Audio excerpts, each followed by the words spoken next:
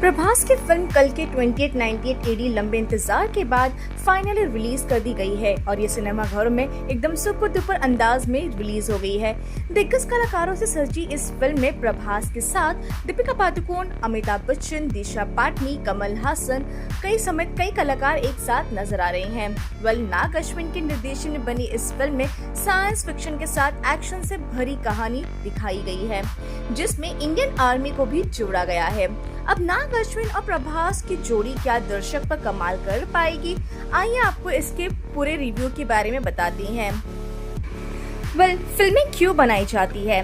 पैनी नजर से फिल्म को समझना रिव्यूअर्स के लिए, इतिहासकारों के लिए, माइथोलॉजी को समझने वालों के लिए या ऑडियंस के लिए, जवाब आपको पता है। इस फिल्म को देखते हुए मुझे लगा कि ऑडियंस के लिए ये फिल्म समझना थोड़ा मुश्किल है। थोड़ा क्या, मुझे लगता है तो काफी मुश्किल है। मेरे आगे एक फैमिली ने बैठकर कहा कि फिल्म के एनिमेशन और वीएफएक्स को देखकर कहा कि बच्चों को लाना चाहिए था, और पीछे वालों ने कहा कि अगर बेटी को ले आता तो वो पूछती पापा यहाँ डांट खाओगे या फिर घर जाकर।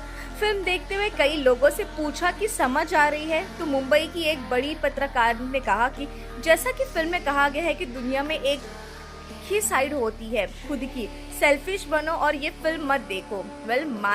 माना कि फिल्म पर काफी पैसा खर्च हुआ है, स्केल ग्रैंड है, बड़े स्टार्स है, वीएफएक्स अच्छा है, काफी कुछ दाव पर है, लेकिन भाई समझ भी तो आई, ये फिल्म समझ में ही नहीं आती है। इस फिल्म की कहानी आसानी से समझ नहीं आती है। ये कहानी हिंदू पौराणिक कथाओं का मिक्स। महाभारत में कौरव और पांडवों के युद्ध के बाद अश्वत्थामा को श्री कृष्ण श्राप देते हैं, जिसमें वो कहते हैं कि वो जिंदा रहेगा और कलयुग में जब पाप बढ़ जाएगा तो उसे खत्म करने के लिए फिर से भगवान को जन्म होगा और तुम्हें उसी की रक्षा करनी होगी। फिर कहानी कुछ 1000 साल आगे जाती है। सबसे पहले और पुराने शहर काशी में वहाँ सुप्रीम यास्किन यानी कि वहाँ के डॉन फर्टाइल लड़कियों को अलग में बंदी बनाकर रखता है। वो एक ऐसी प्रेग्नेंट लड़की ढूंढ रहा है जिसका डीएनए उसे फिर से ताकतवर बना दे। वो बच्चा सुमति यानी कि दीपिका पादुकोण के गर्भ में पल रहा है। अश्वत्थामा यानी कि अमिताभ बच्चन उसे बचाना चाहते हैं। भैरवा यानी कि प्रभास सुमति को यास्किन को देना चाहता है, क्योंकि वो उसकी बाउंटी यानी कि इनाम है। इसके बदले उसे पैसे मिलेंगे जिससे वो यास्किन को कॉम्प्लेक्स में ले जा सके। कहानी में एक कॉम्प्लेक्स का जिक्र है। ये कहानी अपने आप में काफी कॉम्प्लेक्स है। दिमाग पर काफी जोर लगाना पड़ता है, तब भी समझ नहीं आती है कि आखिर चल क्या रहा है, और ऐसा लगता है कि जैसे दिमाग में हार्ट अटैक ही आ गया हो। शुरू में फिल्म समझ ही नहीं आती है कि क्या हो रहा है और क्यों हो रहा है, और ये फिल्म हम देखने आए ही क्यों हैं। बस सब चल ही रहा होता है और आप आसपास के लोगों से बस यही पूछ रहे होते कि कुछ समझ में आया, कुछ समझ में आया, कुछ समझ में आया।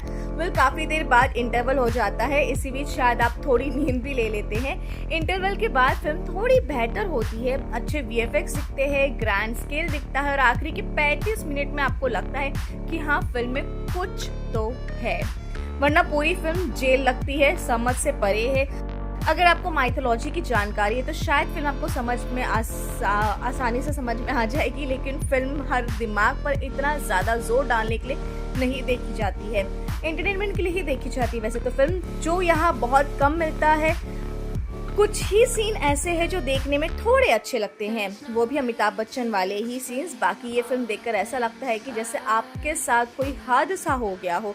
पार्ट 2 में शायद कहानी ठीक से ही समझ में आए और ये फिल्म लोगों को लेकिन ये पार्ट तो काफ़ी एवरेज। अमिताभ बच्चन की एक्टिंग की बात करें तो उन्हीं के लिए फिल्म देखी जा सकती है। वो हर सीन में दमदार लगते हैं और इस फिल्म के सबसे अच्छी चीज़ उन्हीं की एक्टिंग है। प्रभास ने निराश किया है। वो क्या कर रहे हैं वो तो कुछ समझ में आ ही नहीं रहा है। कभी वो किसी कार्टून कैरेक्टर की तरह नाचना शुरू कर देते हैं तो कभी चिल्लाना, ना वो एक्सप्रेशन दे पाए हैं। दीपिका पादुकोण ने भी ये फिल्म क्यों ही की ये भी समझ में नहीं आ रहा है, क्योंकि उनके लिए करने के लिए इसमें कुछ भी नहीं है। इस फिल्म में उन्हें वेस्ट कर दिया गया है। कमल हासन का काम अच्छा है, लेकिन उनके पास करने को ज़्यादा कुछ नहीं था। फिल्म में कई कैमियो है, विजय देवरकोंडा से लेकर एस.एस. राजामौली, मृणाल ठाकुर से लेकर ब्रह्मानंदम, राम गोपाल वर्मा से लेकर दिशा पाटनी, और सोचिए फिल्म में पहली बार दिलचस्पी रामू और दिशा के कैमियो से आती है, लेकिन ये सारे कैमियो कोई खास असर नहीं छोड़ पाते हैं। डायरेक्शन की बात करें तो नाग अश्विन का विजन तो काफी बड़ा था, स्केल बड़ा है, स्टार कास्ट बड़ी है, बजट बड़ा है, लेकिन कहानी को पेश करने का तरीका एंटरटेनिंग बिल्कुल भी अच्छा नहीं है। कहानी ऐसे नहीं होनी चाहिए कि दर्शक को समझ ही ना आए। यहाँ ऐसा ही हो रहा है कि शुरुआत इतनी खराब है कि आप फिल्म छोड़कर जाने का ही सोचते हैं। ना क्वेश्चन का डायरेक्शन एवरेज है, उन्हें फिल्म में और मसाले डालने चाहिए थे, इसे सिंपल बनाना चाहिए ताकि सिंपल ऑडियंस को ये फिल्म समझ में आए। कुछ मिलाकर इस फिल्म को देखकर एंटरटेन होंगे, लेकिन अगर आखिर में बात की जाए तो वो थोड़ा सा ही एंटरटेन हो पाएंगे। और अगर इसके लिए और अमिताभ बच्चन के लिए आप ये फिल्म देखना चाहे तो देख सकते हैं। हम अपनी तरफ से देना चाहेंगे 2.5 स्टार इस फिल्म को। वेल आपने ये फिल्म देखी है तो ये आपको कैसी लगी है कमेंट सेक्शन में ज़रूर बताएं और हमारे चैनल को सब्सक्राइब करें।